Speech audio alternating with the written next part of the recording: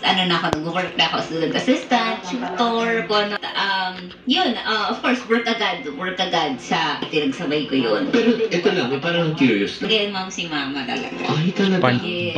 So, in other words, pero na-meet mo pa, nakita mo pa tatay mo. Mama? Yan. Hindi ko na Yan. lang maalala, coach, yung itsura ni daddy. Oo, kasi 1 year old, wala Yan, ka fuck namang kita. memory pa nun eh. So, yung dalawang kapatid mo ay parang half ano na yan. Kasi Sorry. Oo. Di yan nasaga. So, paano naman nung lumalaki kayo? Diyos Ano yung ko. mga struggles na...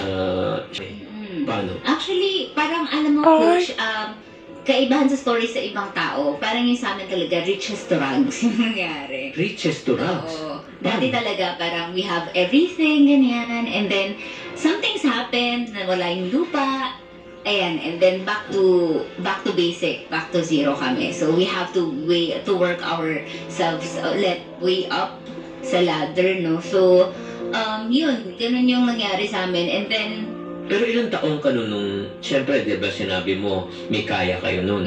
Ilang taong ka nun, siyempre, elementary. Elementary, so Yes. naranasan mo pa yung Yes, yung kaginhawaan ng talagang, buhay. yes, oo. And then high school, doon na medyo nag-start na